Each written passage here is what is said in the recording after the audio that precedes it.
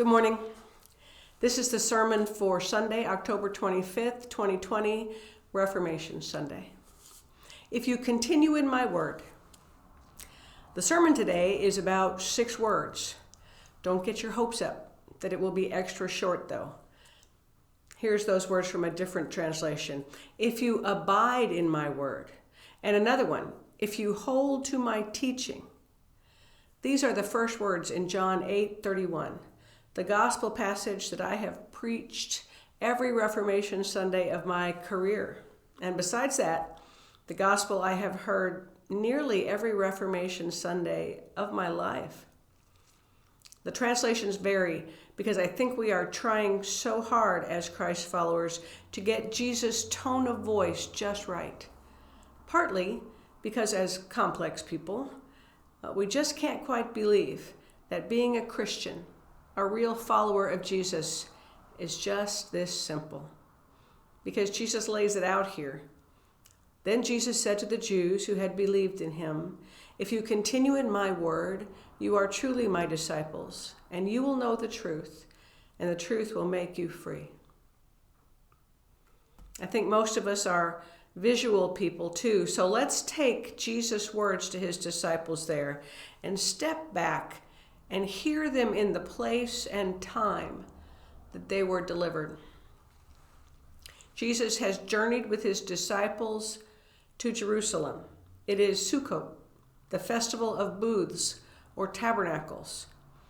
I have had the joy of participating in Sukkot at my nephew's home, a Jewish home. It's a time when a little hut is erected in every backyard or sometimes on synagogue grounds. And the people gather to remember that they journeyed in the desert for 40 years in their ancient history, which you and I just finished studying in the book of Exodus. The tabernacle or booth is designed to bring to mind the history of God traveling with God's people without need of a temple or a church or anything substantial, but rather that God is with the people on their journey in this life. In Jesus' day, as the people were terribly oppressed by Roman overlords, there was a wistful quality to the festival of booths. Does God still live with us as God did when God cared for them daily with manna and quails and water from the rock?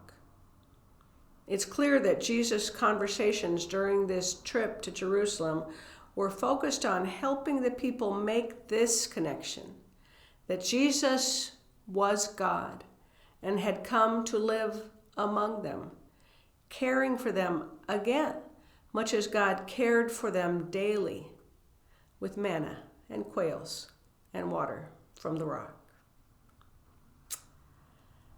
Jesus' words, "If you abide in my word," are given to those who had gathered around him to comfort them, to give them peace, and I think to give them faith.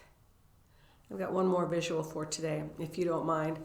Over the last few years, the community of Holy Cross has attempted to abide in Jesus' words in several ways.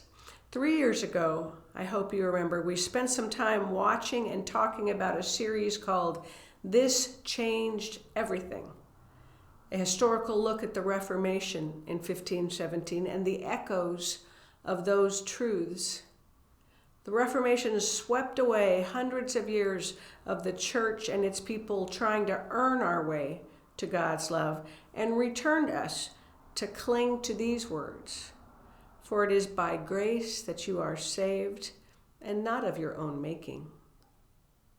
Unfortunately, that reorienting of Christian love resulted in more division and fracturing of the Christian faith, as groups or denominations tried to divide the disciples in a search to follow what Jesus was really talking about.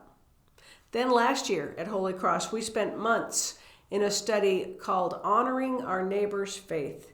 And we enjoyed speakers from other faith traditions helping us to see how they found God's love and purpose in different faith practices than our own. And now this year, as we find the safety necessities of living in pandemic times, making our faith practices shift to online sermons and prayers and such, and very careful gatherings that must leave out the hymn singing and the passing of the peace that we have loved so much in our lives. And this week, I come to tell you that over the last month or so, a group from East Salem, which is where we are located, pastors from that group began to meet, and they asked me to join them to talk about how we can be connected in the cause of Christ during these hard times. Who'd have thought it? The East Salem pastors are diverse. They're male and female, black, white, and Hispanic, young and old, liturgical and Pentecostal. And so we have begun to work on a plan that would record dialogue sermons between a couple of us to offer to each faith community in our neighborhood. Dialogue between two pastors of the neighborhood, focusing on this one thing. If you abide in my word, you are truly my disciples, and the truth shall set you free. Well, my friends, disciples of the living Christ, you are free indeed. God's love has made you so, and your response through the years and through this epidemic time, it has been faithful. If you abide in my word. Thank you, my friends, for abiding with me too through this time. Every day brings a new reassurance that Christ's love is real and that you are loved. Amen.